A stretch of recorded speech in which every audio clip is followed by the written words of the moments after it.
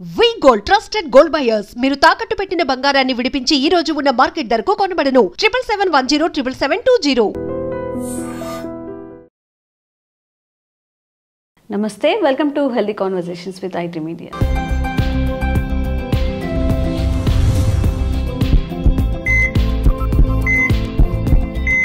నేను మీ ఝాన్సీ. సో ఈరోజు మనతో ఉన్నారు వంటింటి చిట్కాలకు కేట్ ఆఫ్ అటర్స్ అయిన మధుసూదన్ శర్మ గారు, ఎండి ఇన్ ఆయుర్వేద. చాలా మందిలో బెల్లీ ఫ్యాట్ అనేది ఇప్పుడు అందరికీ చాలా పెద్ద సమస్యగా అయిపోయింది. చిన్న పెద్ద అనే తేడా లేకుండా బెల్లీ ఫ్యాట్ బాగా పెరిగిపోవడం వల్ల చాలా రకాల వ్యాధులు వస్తాయని చెప్తున్నారు. మరి ఈ బెల్లీ ఫ్యాట్ని తగ్గించుకోవాలి అంటే మనం ఏం చేయాల్సి ఉంటుంది, దీని గురించి మాట్లాడదాము. నమస్తే సార్. నమస్తే. అసలు బెల్లీ ఫ్యాట్ ఎందుకు వస్తుంది అంటే పెద్దవాళ్ళలోనే కాదు, చిన్న పిల్లల్లో కూడా ఇప్పుడు చాలా బెల్లి ఎక్కువగా ఉన్న వాళ్ళని మనం చూస్తూ ఉంటాము. దీని నుంచి బయటపడాలంటే మనం ఏం చేయాల్సి ఉంటుంది? కారణం ప్రధానంగా శారీరక శ్రమ లేకపోవడం, ఎప్పుడు కూర్చొని ఉండడం, ఎక్కువ శాతం మందిలో ఇదే జరుగుతుంటాం. అందుకే చిన్న వయసు నుంచే ఈ బెల్లీ ఫ్యాట్ మొదలవుతుంది. సర్వసాధారణంగా బెల్లీ ఫ్యాటు మగవాళ్లకు ఆడవాళ్లకు ఇద్దరికీ ఈ మధ్యకాలంలో చిన్న వయసులో వస్తున్నప్పటికీ మగవాళ్లలో మరీ ఎక్కువగా వచ్చేటువంటి పరిస్థితి ఏర్పడుతుందమ్మా. కారణం ఏంటంటే మగవాళ్లలో దేహంలో అధికంగా సంచితమైనటువంటి కొవ్వు ఈ పొట్ట భాగంలో ఉన్నటువంటి కొవ్వు కణాల్లో మొట్టమొదటి జరగడం మొదలవుతుంది, తిష్ట వేసుకోవడం మొదలవుతుంది. ఆడవాళ్లలో ఈ యొక్క తొడల భాగంలో, అదేవిధంగా పిరుదుల భాగంలో, ఈ భాగంలో, పొత్తికడు భాగంలో, ఈ భాగంలో ఆడవాళ్లలో ఈ యొక్క బెల్లి యొక్క ఫ్యాట్ చేరడం మొదలవుతుందన్నమాట. కాబట్టి అంటే మగవాళ్ళలోనే మనకు ఎక్కువ కనిపిస్తూ ఉంటుంది అన్నమాట. సో ఆడవాళ్ళలో ఫస్ట్ ఆ భాగాలంతా కొవ్వు పేరుకున్న తర్వాతనే జనరల్గా పొట్ట భాగంలోకి మొదలవుతుంది. కానీ మగవాళ్ళకి మాత్రం మొట్టమొదటి భాగంలో పొట్ట భాగంలో ఇది అయిన తర్వాత క్రమక్రమంగా ఈ తొడల భాగంలో, పిరుదుల భాగంలో ఇదంతా మొదలు కావడం జరుగుతుందమ్మా ఇన్ జనరల్గా.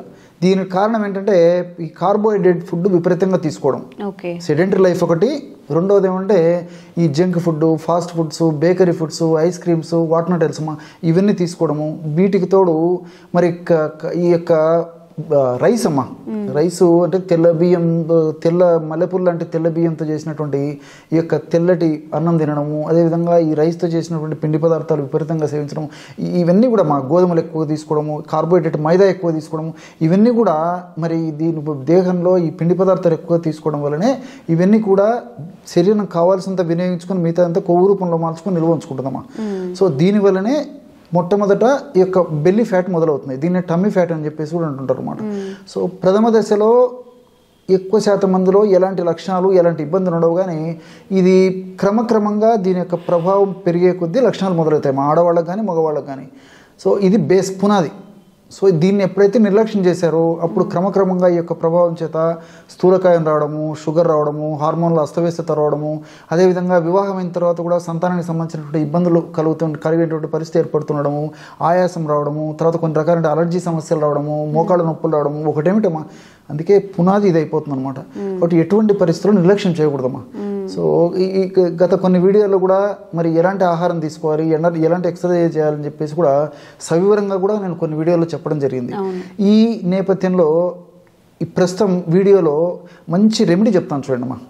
సో ఈ రెమెడీకి ఓపికగా నిర్లక్ష్యం చేయకుండా, దాని మీద మరి ఏమర్పాటు కాకుండా, ఇదేం పనిచేస్తున్నటువంటి ఆ యొక్క భావన లేకుండా నేను చెప్పినటువంటి పద్ధతిలో వాడుకోవడం వల్ల ఈ యొక్క బెల్లీ ఫ్యాట్ నుంచి బయటపడడం కష్టమేం కాదమ్మా.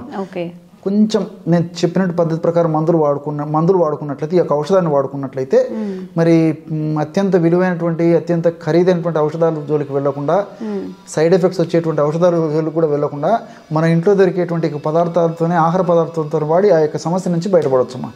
సో ఈ బెల్లీ ఫ్యాట్కు ఎలాంటి ఔషధాన్ని మనం తయారు చేసుకుని వాడుకోవాలంటే కేవలం రెండు పదార్థాలు. మొట్టమొదటిది అల్లం. దీన్నే ఆర్ద్రక్ అని చెప్పేసి కూడా కొన్ని ప్రాంతాల్లో పిలుస్తుంటారు, జింజర్ అనేటువంటి పేరుతో పిలుస్తారు. సో మనకి సంవత్సరం అంతా మన ఇళ్లలో ఉంటుంది, అదేవిధంగా మార్కెట్లో కూడా సంవత్సరం అంతా మనకు లభ్యమవుతుంటుంది, దొరకని పదార్థం అయితే కాదు. అల్లము ఫ్యాట్ను కరిగించేటువంటి వాటిల్లో చాలా అద్భుతంగా పనిచేసేటువంటి అగ్రస్థానంలో ఉండేటువంటి ఆహార ద్రవ్యాల్లో అల్లం కూడా ఒకటమ్మా. అల్లంలో ఈ జింజరాలు, తర్వాత ఈ షాగోలు, కుర్కుమిన్స్, ఇలాంటి అనేక రకాల రసాయన పదార్థాలు ఉన్నాయి. రెండవది ఏంటంటే ఈ అల్లం యొక్క మరొక ప్రభావము, మనం తీసుకున్నటువంటి ఆహార పదార్థాల్లో ఉన్నటువంటి కొవ్వు, జనరల్గా కొవ్వు పదార్థాలు మనం తీసుకున్నప్పుడు కొవ్వు జీర్ణం కావడం వల్ల కొవ్వు పిండి పదార్థాలకు తోడు ఈ కొవ్వు కూడా డైరెక్ట్గా మరి రక్తంలో కొవ్వుకు సంబంధించిన పదార్థం కూడా కలవడం వల్ల మరింత త్వరగా ఆ బెల్లీ ఫ్యాట్ కానీ వెయిట్ కానీ వచ్చేదానికి అవకాశం ఉంటుందమ్మా. సో ఈ అల్లం ఏం చేస్తుంటామో అల్లంలో ఉన్న రసాయన పదార్థాలు మనం తీసుకున్నటువంటి ఆహార పదార్థాలు ఉన్నటువంటి కొవ్వును జీర్ణం కాకుండా దేహంలోకి పంపించకుండా బయటికి వెడలింపజేసేదానికి ఉపయోగపడుతుందమ్మా. దీనికి అంత అద్భుతమైనటువంటి శక్తి ఉంది. ఇందులో ఉన్నటువంటి ఈ కుర్కుమిన్ కానీ తర్వాత ఈ జింజరాల్స్ కానీ ప్రత్యక్షంగా పరోక్షంగా ఇవన్నీ ఉపయోగపడతాయి అన్నమాట. కాబట్టి ఈ దీంతో పాటు ఫ్యాట్ మెటబాలిజాన్ని వేగవంతం చేస్తుంది. బెల్లీ ఫ్యాట్ ఉన్నటువంటి వాళ్ళలో అదేవిధంగా వెయిట్ ఉన్నటువంటి వాళ్ళలో మెటబాలిజం స్లోగా ఉంటుందమ్మా. ఎప్పుడైతే మెటబాలిజం స్లోగా ఉంటుందో అప్పుడు ఫ్యాట్ బర్న్ కాదు.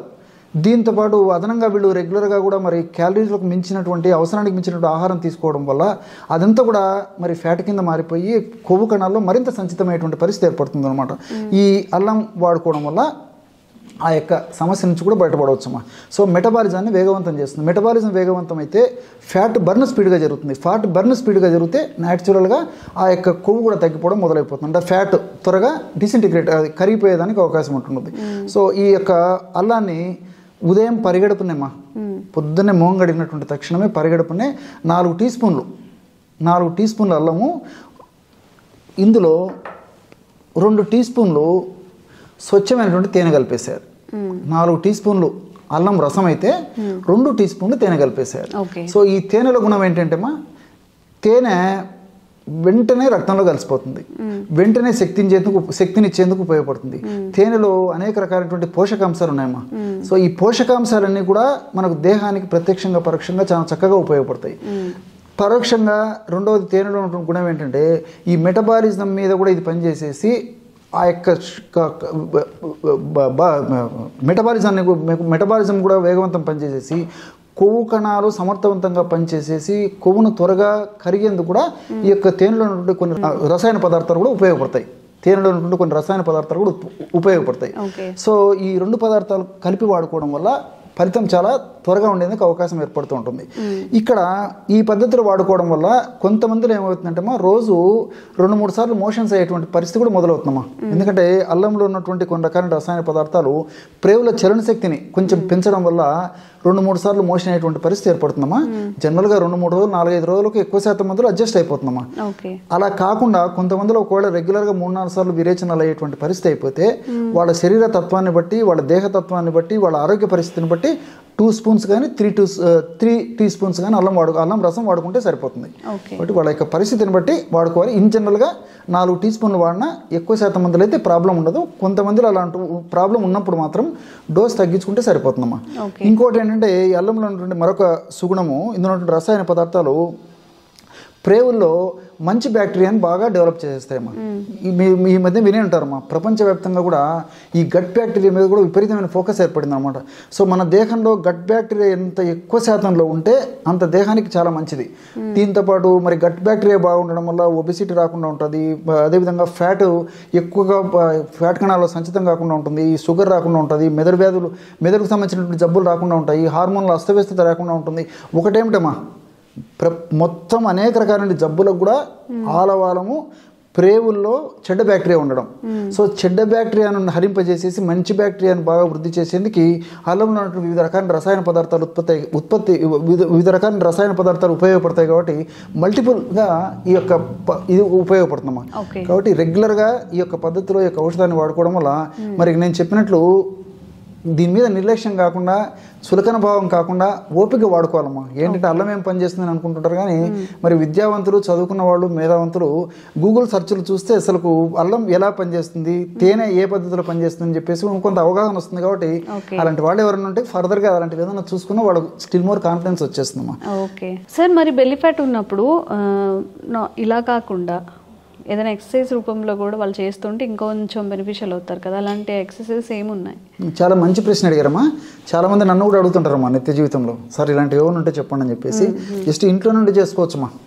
ఓకే, ఇప్పుడు నేను చెప్పేటువంటి ఏవైతే ఆసనాలు ఉన్నాయో వీలైతే గురువు అందుబాటులో ఉంటే గురువు సమక్షంలో కొన్నాళ్ళు నేర్చుకొని వాళ్ళు ఇంట్లో చేసుకోవచ్చు.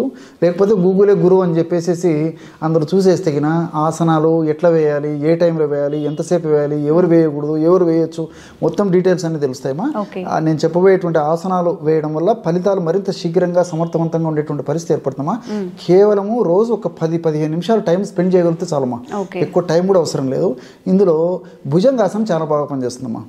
భుజంగం అంటే పాము నాగుపాము పడగబోయేటప్పుడు ఎలా ఉంటుందో మన దేహ ఆకృతి అలాగ ఉంచేసేసి మనం ఆ యొక్క ఇది చేయాలమ్మా. సో భుజంగాసనం అలాంటి ఆసనాన్ని వేయాలన్నమాట. సో ఈ గూగుల్లో చూస్తే మనకు అర్థమైపోతుంది. దాన్ని కొద్దిసేపు వేసేయాలి. అదేవిధంగా దాని తర్వాత ఉష్ట్రాసనం. అంటే ఒంటె ఉష్ణం అంటే ఒంటె అనమాట. సో ఒంటె పాశ్చర్ ఏ విధంగా అయిపోతుందో ఆ విధంగా మన దేహం ఇది మారిపోతుందమ్మా ఆసనం వేసినప్పుడు. సో భుజంగాసనం ఉష్ట్రాసనము వీలుండి అవకాశం ఉండి సమయ ఇబ్బంది లేకపోతే 2 సార్లు చేయడం మరీ మంచిదమ్మా, ఉదయం సాయంత్రం. అలాంటి వీలు కాని వాళ్ళు కనీసం ఏదో ఒక్కసారి ఉదయం కానీ సాయంత్రం కానీ చేయడం వల్ల ఫలితాలు చాలా అనూహ్యంగా ఉండేటువంటి పరిస్థితి ఏర్పడుతుంది. కాబట్టి నేను చెప్పినటువంటి ఈ అల్లం రసము తేనె కలిపి వాడుకుంటూ ఈ భుజంగాసనం ఉష్ట్రాసనం వాడుకోవడం వల్ల ఫలితాలు మరింత స్పీడ్గా ఉండేదానికి అవకాశం ఉంటుంది. శరీరంలో అంటే వాత ప్రభావ శరీరుల అలానే కదా మనం అంటాము. సో వాతం ఎక్కువ అవ్వడం వల్ల ఎలాంటి చేంజెస్ అనేవి మన బాడీలో జరుగుతూ ఉంటాయి? ఈ చలికాలం లేదా రిలేటెడ్ ఉంటుందా వాత దోషం పెరిగే అవకాశాలు? మన శరీరంలో బయో ప్రిన్సిపల్ మెకానిజం అని చెప్పేసి జరుగుతుంటుందమ్మా. సో వాతము, పిత్తము, శ్లేష్మము, దీన్నే కఫం అంటారు. సో ఈ 3 దోషాలు శరీరంలో తమ కర్తవ్యాన్ని తమ విధులను సక్రమంగా నిర్వహిస్తుంటే మన దేహము మనస్సు ఆరోగ్యవంతంగా ఉంటుందమ్మా. ఈ 3 దోషాల్లో ఏది హెచ్చు తగ్గురైనా దాని యొక్క ప్రభావము మన దేహం మీద పడుతుంటుంది, మనస్సు మీద పడుతుంది. దాని యొక్క ప్రభావం వల్ల లక్షణాలు కూడా కలుగుతుంటాయమ్మా. సో వాత దోషము ఎక్కువైపోయినా ఇబ్బందులు ఎదురవుతాయి, పిత్తదోషం ఎక్కువైనా ఇబ్బందులు ఎదురవుతాయి, శ్లేష్మ దోషం ఎక్కువైనా ఇబ్బందులు ఎదురవుతాయి. కొంతమందిలో 2 దోషాలు కూడా పెరిగిపోతుంటాయమ్మా. వాతము పిత్తము కొంతమందిలో, వాతము శ్లేష్మము కొంతమందిలో, వాతము శ్లేష్మము కొంతమందిలో, పిత్తము శ్లేష్మము కొంతమందిలో ఈ 3 దోషాలు పెరిగిపోవడం ఇలా రకరకాలు జరుగుతుంటాయమ్మా. సో ఈ యొక్క చలి వాతావరణంలో వాత దోషం మరీ విపరీతంగా పెరిగిపోతుంటుందమ్మా. చలి వాతావరణంలో వాత దోషం పెరిగిపోతుంది. అదేవిధంగా ఇంచుమించు 50 సంవత్సరాలు దాటినటువంటి వాళ్ళలో కూడా వాత దోషం పెరిగిపోతుంటుంది. అందుకే మీరు బాగా గమనించండి, చలికాలంలో నొప్పులు ఎక్కువగా వస్తుంటాయి. ఆల్రెడీ నొప్పులు ఉన్నటువంటి వాళ్ళకంటే మరింత విజృంభించేటువంటి పరిస్థితి ఏర్పడుతుంటుంది. సో వాత దోషం పెరిగిపోవడం వల్ల అది జరుగుతుంటుంది. సో అట్లే 50 సంవత్సరాలు దాటినటువంటి వాళ్ళలో మరి మిగతా వాళ్ళతో పోల్చుకుంటే నొప్పులతో బాధపడుతుంటారమ్మా. తలనొప్పిని, మెడ నొప్పిని, మోకాళ్ళ నొప్పిని, భుజం నొప్పిని, పిక్కల నొప్పిని, వాటినా తెలుసమ్మా. ఏదో ఒక నొప్పులతో 50 సంవత్సరాలు వాళ్ళు వయస్సు ఉన్నటువంటి వాళ్ళు బాధపడుతుంటారు. సో వీళ్ళకి ఏంటంటే వాళ్ళకి వయస్సు రీత్యా వయోజనితం వల్ల వయస్సు వల్ల వాళ్ళ దేహంలో వాతదోషం ప్రకోపించడం వల్లనే ఆ యొక్క లక్షణాలు కలుగుతుంటాయి అనమాట. అదేవిధంగా ఇప్పుడు ఈ సీజన్లో ఈ వాతదోషం పెరిగిపోతుంది. ఎందుకంటే ఈ శీతల ప్రభావం వల్ల లోపల మరి కొన్ని రకాలైనటువంటి మార్పులు జరిగి దేహంలో వాత దోషం పెరిగిపోవడం వల్ల ఆ యొక్క ప్రభావం చేత కొన్ని లక్షణాలు వస్తుంటాయమ్మా. అంటే ఈ కాలంలో కూడా ఈ సందర్భాల్లో కూడా మరి ఈ చిన్న జాయింట్స్ నొప్పులు ఉండడము, తలనొప్పిగా ఉండడము, మెడ నొప్పిగా ఉండడము, భుజం నొప్పిగా ఉండడము, అదేవిధంగా వెన్ను నొప్పిగా ఉండడము, వీపు నొప్పిగా ఉండడము, అట్లే తర్వాత ఈ కాళ్ళ నొప్పులు ఉండడము, రకరకాలమ్మా. నొప్పి మన దేహంలో ఉందంటే వాతం ప్రకోపించింది అనేటువంటి అర్థమమ్మా. ఇప్పుడు కడుపులో నొప్పి వాత ప్రకోపం వల్ల జరుగుతుంది, మోకాళ్ళ నొప్పి వాత ప్రకోపం వల్ల జరుగుతుంది. సో వాతం ప్రకోపిస్తే దాని యొక్క ప్రభావం మనకు నొప్పి రూపంలో తెలియజేస్తుంటుంది. ఎప్పుడైతే వాత దోషాన్ని తగ్గిస్తామో అప్పుడు ఆటోమేటిక్గా నొప్పి తగ్గిపోతుంది. సో వాత దోషం తగ్గించగలిగితే ఆహారం ద్వారా మనం వాత దోషాన్ని తగ్గించుకోవచ్చు, విహారం ద్వారా వాత దోషాన్ని తగ్గించుకోవచ్చు, కొన్ని రకాలైన ఔషధాల ద్వారా కూడా వాత దోషాన్ని తగ్గించుకోవచ్చు. సో మరి వాత దోషాన్ని తగ్గించుకోవాలంటే ఆహార పరంగా ఎలాంటి జాగ్రత్తలు తీసుకోవాలంటే చల్లటి పదార్థాలు తీసుకోకూడదు ముఖ్యంగా. అదేవిధంగా ఫ్రిడ్జ్లో పెట్టినటువంటి పదార్థాలు ఫ్రిడ్జ్లో బయటికి తీసిన వెంటనే తీసుకోకుండా ఉండాలి. అదేవిధంగా మరి ఆహారం తిన్న వెంటనే నిద్రపోకుండా ఉండాలి. రాత్రిపూట పెందరాడే ఆహారం తీసుకుంటూ ఉండాలి. అదేవిధంగా ఈ యొక్క దుంపకూరలు ఎక్కువగా వాడకుండా ఉండాలి. ఇలాంటివన్నీ కొంచెం జాగ్రత్తలు తీసుకోవడం వల్ల వాత దోషం పెరగకుండా ఉంటుంది. దీంతోపాటు మరి ముఖ్యంగా ఈ చలికాలం ఇలాంటి సందర్భాల్లో గోరువెచ్చని నీళ్ళు కానీ కాచలాల్సిన నీళ్ళు కానీ తాగడం చాలా చాలా మంచిదన్నమాట. ఈ ఫ్రిడ్జ్ వాటర్ కానీ కోల్డ్ వాటర్ కానీ ఐస్ వాటర్ కానీ ఇలాంటివి తాగడం మంచిదే కదమ్మా. ఇలాంటి వాళ్ళకి వాత దోషం పెరిగిపోయి నొప్పులు మరీ ఎక్కువైపోతాయి. అదేవిధంగా మరి ఏసీ ఎక్స్పోజర్ కూడా చాలా మందికి జరుగుతుంటుందమ్మా. వీలైనంత వరకు ఎంత తక్కువలో ఆ ఏసీకి ఎక్స్పోజ్ అయితే అంత మంచిదమ్మా అలాంటి వాళ్ళు కూడా. సో దీనికి తోడు ఆహారంలో కూడా మరి వాడదగినటువంటి వాళ్ళందరూ కూడా వెల్లుల్లి కనీసం వారంలో ఒకసారి 2 సార్లు వెల్లుల్లి వాడుకోవడం వల్ల, అదేవిధంగా అల్లం ఏదో ఒక రూపంలో అల్లం వాడుకోవడం వల్ల, పుదీనా వాడుకోవడం వల్ల, ఇలాంటివి ఆహార పదార్థాలు వంటకాల రూపంలో ఏదో ఒక పద్ధతిలో వాడుకోవడం వల్ల వాత దోషం పెరగకుండా ఉంటుందమ్మా. అట్లే విహారపరంగా ఆలోచించినట్లయితే ఏదో ఒక ఎక్సర్సైజ్, వాకింగ్ కానీ, జాగింగ్ కానీ, రన్నింగ్ కానీ, స్కిప్పింగ్ కానీ, స్కిమ్మింగ్ కానీ, సైక్లింగ్ కానీ, ఏదో ఒక ఎక్సర్సైజ్ వారంలో కనీసం 5 రోజుల పాటు మినిమం ½ an hour చేసేది అలవాటు చేసుకోవాలి. ఎప్పుడు వీలుంటే అప్పుడమ్మా, ఉదయం కానీ సాయంత్రం కానీ, వాళ్ళకి ఎప్పుడు అవకాశం ఉంటేప్పుడు కంపల్సరీ ఎక్సర్సైజ్ చేయడం వల్ల కూడా వాతదోషం తగ్గడానికి అవకాశం ఉంటుంది.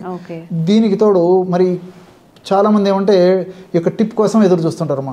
ఇవన్నీ మాకెందుకు డాక్టర్ గారు, మాకు ఈ సమస్య అంతే కదమ్మా. సో మనం ఎంత చెప్పినా దీనికంటే కూడా చాలా మంది ఎదురు చూస్తుంటారు కాబట్టి నేను టిప్ కూడా చెప్తానమ్మా. సో మంచి రెమెడీ చెప్తాను చూడమ్మా. వాము వాతాన్ని తగ్గించేటువంటి వాటిలో అగ్రగామిగా పనిచేస్తుందమ్మా. సో ఉదరంలో వాత సంచితమయ్యి వాత ప్రకోపించడం వల్ల కలిగే నొప్పులు కానీ, దేహంలో లోపలి భాగంలో ఎక్కడ వాత దోషం ప్రకోపించిన నొప్పులు కలిగజేసినా, అదేవిధంగా ఈ కీళ్ళ నొప్పులు, మోకాళ్ళ నొప్పులు, భుజం నొప్పి ఇలాంటి నొప్పులు కలిగినా, ఎక్కడ నొప్పులున్నా ఈ యొక్క వాము చాలా అద్భుతంగా పనిచేస్తుందమ్మా. దీన్నే ఓము అనేటువంటి పేరుతో పిలుస్తుంటారు అనమాట.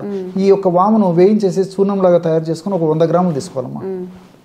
ఇందులో శోధించేటువంటి శొంఠి కూడా ఈ యొక్క వాతాన్ని తగ్గించడంలో చాలా అద్భుతంగా పనిచేస్తుందమ్మా. సో శొంఠి చూర్ణాన్ని ఒక 50 గ్రాములు తీసుకోవాలి. సో వాము చూర్ణం 100 గ్రాములు అయితే శొంఠి చూర్ణం కూడా ఒక 50 గ్రాములు తీసుకోవాలి. దీనికి తోడు మరి వావిలి ఆకు చూర్ణం అని చెప్పేసి మార్కెట్లో దొరుకుతుందమ్మా. సో వావిలి ఆకు చూర్ణం, దీన్ని నిర్గుండి చూర్ణం అని చెప్పేసి చెప్తుంటారు అనమాట. నేను గత కొన్ని వీడియోలో కూడా ఈ యొక్క నిర్గుండి గురించి ప్రస్తావించడం జరిగింది. ఈ వాతాన్ని తగ్గించేటువంటి వాటిలో నిర్గుండి లేదా వావిలి అనేది కూడా చాలా అద్భుతంగా పనిచేసేటువంటి మొక్కమ్మ ఇది. సో వాత దోషాల్లో వాత దోషాన్ని హరింపజేసేదానికి మరి ఆయుర్వేద వైద్యులు ఎక్కువగా వాడతారమ్మా నిర్గుండిని. సో ఆ నిర్గుండి, ఆ వావిలాకు చూర్ణాన్ని ఒక 25 గ్రామ్స్ తీసుకోవాలి. అంటే 100 గ్రాములు వాము చూర్ణం అయితే ఒక 50 గ్రాములు శొంఠి చూర్ణము, 25 గ్రాములు వావిలాకు చూర్ణము, ఈ 3 పదార్థాలు బాగా కలిపేసేసి ఉదయం ఒకసారి, రాత్రి ఒకసారి పావు చెంచా పొడిమా.